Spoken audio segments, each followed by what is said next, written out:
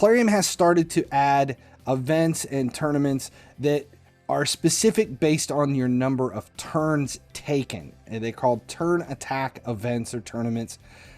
For Spider, this is the team that is maximizing rewards for this the quickest possible.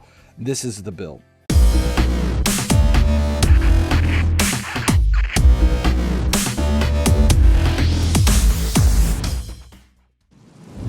What's up, guys? Finally, he sleeps here. Today, we're going to look at my new Spider team that I have set up that is maximized on training. It is giving out XP for 2 champions.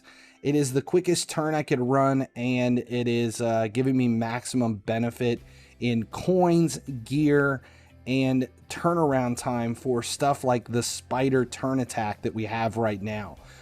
At level 20 normal, which is where I normally farm for events like the Spider events, you're getting at stage 20 tournament points, minimum max 16 to 54 are your points. And depending upon how many turns you take, that's where you're kind of getting it together. So now what this is it's a 3-turn team that is giving out really good rewards. If you set up an auto sell function to get rid of those accessories, depending upon what you need or what you're keeping, it is fantastic for putting together large numbers of coins in your coffers for possibly an artifact enhancement event. Here we're looking at stage 20. If you can see my turn time, it's 3 turns at 11 seconds. And it's a Spirit Spider. So we're going to take a look at this one, and I'll show you the team that I've got set up.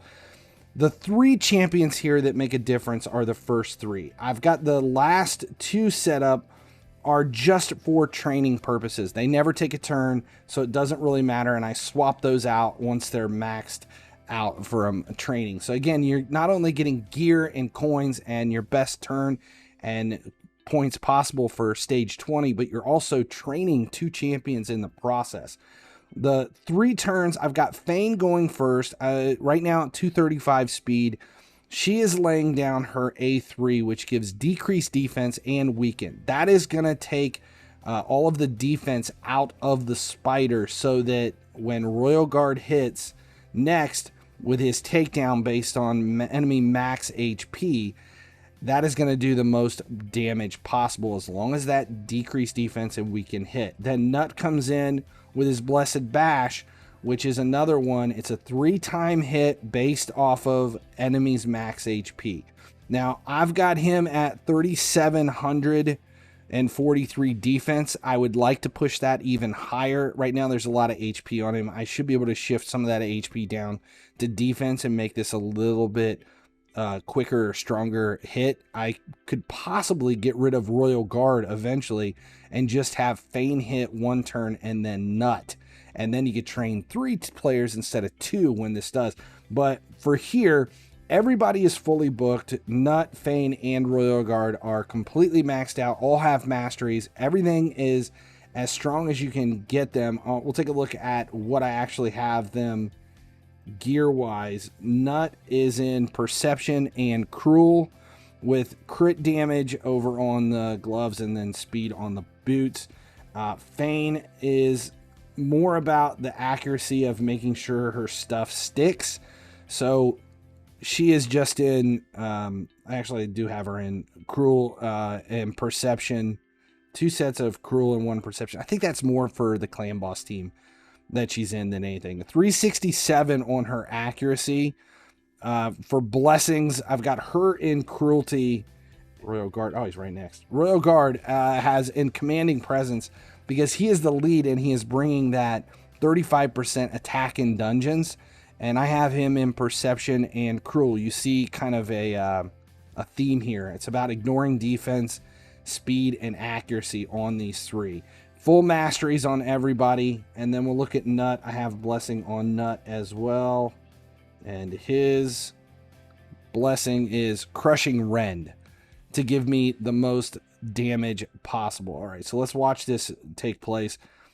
I have those 2 training right now there. It's a 3 stars that are set up at 25.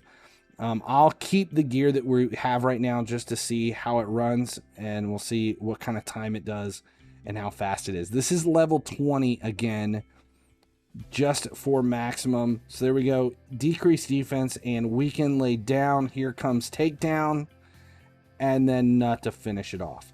So 11 seconds, 3 turns gives 45 points, and we have gear that we can sell. It's going to be a quick way to rack up a ton of coins. This is fantastic for the turn meter attack, the turn attack type events or tournaments, but it's also going to do really well when we're into a fusion event and you have spider that comes up, or you have a future artifact enhancement where you need a lot of coins. It's dungeon divers because it will go as quick as you can possibly get there. The main thing about spider that makes this such a fantastic place to farm is there's no waves.